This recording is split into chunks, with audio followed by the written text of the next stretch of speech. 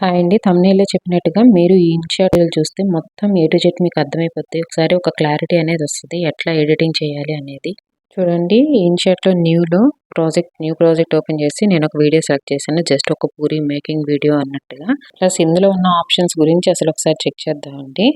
So, ఇక్కడ first ఏంటంటే నేను అసలు ఆప్షన్స్ ఏమేమి ఉన్నాయనేది అక్కడ ఫ్రేమ్ సెలెక్ట్ చేసుకోవాలి. సెలెక్ట్ చేసుకున్న తర్వాత ఇదిగోండి చూడండి ఆప్షన్స్. ఫస్ట్ అసలు వాయిస్ మనకేం అవసరం లేదనుకుంటే వాల్యూమ్‌లోకెళ్ళి జీరోలోకి సెలెక్ట్ చేసుకోవాలి. దాని తర్వాత ఫ్రేమ్ స్టార్టింగ్‌లోకెళ్ళి ఒకసారి మనం ఇట్లాగా ప్లే చేసుకుంటూ చూడాలన్నమాట. అలా చూస్తూ ఉంటే ఒకసారి మనకెక్కడ అవసరం లేదు అంతవరకు కట్ చేసి స్ప్లిట్ అని కొట్టి డిలీట్ కొట్టేస్తే అయిపోద్ది. సో, ఇక్కడ ఫస్ట్ క్యాన్వాస్ చూద్దాం. ఈ క్యాన్వాస్‌లో చూడండి రకరకాల ఆప్షన్స్ ఉన్నాయి. 9:6 అంటే షార్ట్‌కి, 16:9 అంటే లాంగ్ వీడియోస్‌కి. సో, నేను జస్ట్ షార్ట్ ఫ్రేమ్ అనేది ఒకటి సెలెక్ట్ చేశాను. 1:1 అంటే ఇన్‌స్టాకి. అట్లా ఫ్రేమ్ సెలెక్ట్ చేసుకున్న తర్వాత మనం ఇప్పుడు నెక్స్ట్ మ్యూజిక్ చూద్దామండి. మ్యూజిక్ ఏదైనా పర్మిషన్స్ అడిగితే కనుక ఎలో కొట్టేసేయండి. నెక్స్ట్ మీరు ఏదైనా వాయిస్ ఇచ్చుంటే కనుక చూడండి ఇక్కడ ఆటోమేటిక్‌గా వచ్చేస్తది. నేనైతే వాయిస్ ఏమి ఇవ్వలేదు కాబట్టి ఇక్కడ ఆప్షన్‌లో ఏం చూపించట్లేదండి. సో, నెక్స్ట్ వచ్చేసి మనం నెక్స్ట్ ఆప్షన్‌లోకి వెళ్ళిపోదాం. ఇక్కడ చూడండి ఫీచర్డ్, మై మ్యూజిక్, ఎఫెక్ట్స్ అని ఇట్లా ఉన్నాయి కదా! కొన్ని మ్యూజిక్స్ ఏవైతే ఉంటాయో అవి వచ్చేస్తాయి. లేదా మనం ఏదన్నా ఆల్రెడీ రికార్డ్ చేసుంటే ఇట్లా ఇంపోర్ట్‌లో వచ్చేస్తాయి. లేదా ఎక్స్ట్రాక్ట్ ఆడియో ఫ్రమ్ వీడియో అని ఉంది కదా! అక్కడికెళ్ళినా కూడా మనం ఏదన్నా సెలెక్ట్ చేసుకోవచ్చు. నెక్స్ట్ ఎఫెక్ట్స్‌లో చూడండి.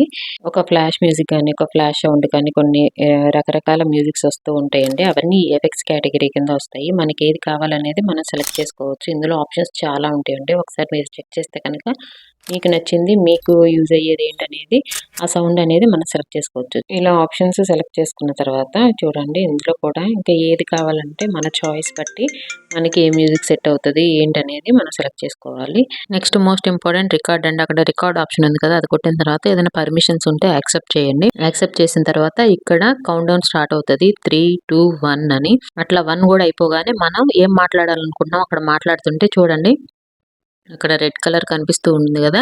అదంతా రికార్డ్ అవుతూ ఉంది. ఆ పాట అంతా రికార్డ్ అవుతూ ఉంది. మనం ఏం మాట్లాడాలనుకుంటే అక్కడ మాట్లాడిన తర్వాత ఒకసారి దాన్ని క్రాస్ చెక్ చేసుకోవచ్చు. చూడండి ఇట్లా దాన్ని కొంచెం జూమ్ చేస్తే గనక మధ్యలో ఏదైనా గ్యాప్స్ వస్తాయి. ఇక్కడ పీక్స్‌లా కనపడుతున్నాయి చూడండి. ఆ పీక్స్‌లా కనపడ్డయి అక్కడ మనకు చూసుకోవచ్చు. ఒకసారి అంతవరకు మనకి ఏదైనా గానీ మనకి గ్యాప్ వచ్చింది. సో, ఆ గ్యాప్‌ని ఏం చేస్తామంటే మనం అవసరం లేని పాట కాబట్టి స్ప్లిట్ కొట్టేసి డిలీట్ కొట్టేస్తామండి. అంతవరకు సెలెక్ట్ చేసుకొని డిలీట్ కొట్టేస్తాం. దాన్ని ఫస్ట్‌కి తీసుకొనొస్తాం. ఎందుకంటే మధ్యలో గ్యాప్స్ వచ్చాయి కదా! ఆ గ్యాప్స్ అవసరం లేదు మనకి. సో, ఇట్లా ఫస్ట్‌కి తీసుకొనొచ్చేస్తాము. కింద చూడండి మనకి ఇక్కడ వైలెట్ కలర్‌లో కనిపిస్తుంది కదా! అది ఆడియో అని అర్థం అనమాట.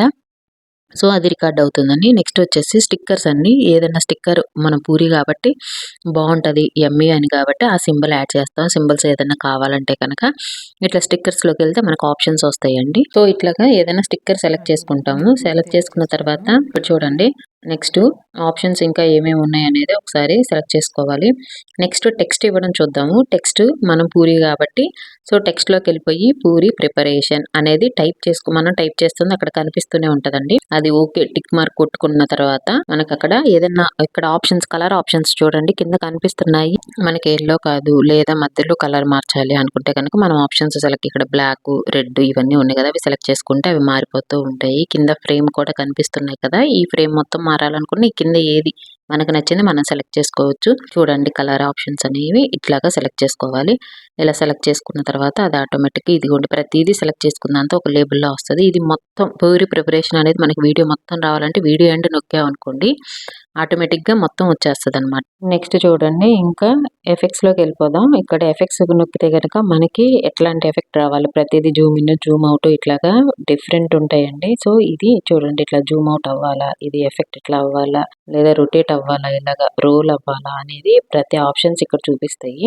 మనకేం అవసరం లేదనుకుంటే అక్కడ ఒరిజినల్ అని ఉంది కదా! అది నొక్కేస్తే నార్మల్‌లోకి వచ్చేస్తదనమాట. నెక్స్ట్ పూరి పిక్చర్ యాడ్ చేయాలనుకుంటే గనుక ఏదైనా పిక్చర్ యాడ్ చేయాలంటే ఇదిగోండి ఇక్కడ చూడండి గూగుల్‌లోకెళ్ళి పూరి పిక్చర్ అని చెప్పి నేను ఆ పిక్చర్‌ని డౌన్‌లోడ్ చేశాను. డౌన్‌లోడ్ చేసి మళ్ళీ వీడియోలోకొచ్చేసి ఎక్కడైతే యాడ్ చేయదలుచుకుంటున్నామో అక్కడ పిఐపి అని ఉంది చూడండి. అక్కడ సెలెక్ట్ చేస్తే ఆటోమేటిక్‌గా వచ్చేస్తది ఆప్షన్.